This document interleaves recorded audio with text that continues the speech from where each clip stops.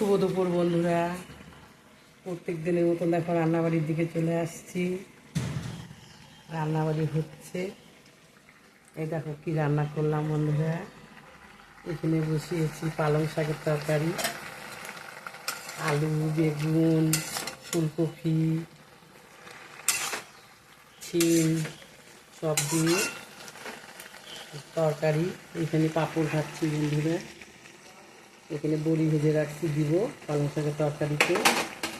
আর এখানে আমার হচ্ছে মূলা দিয়ে মটরের ডাল করলাম বন্ধুরা। আজকে তো মঙ্গলবার, আমাদের নিরামিষ।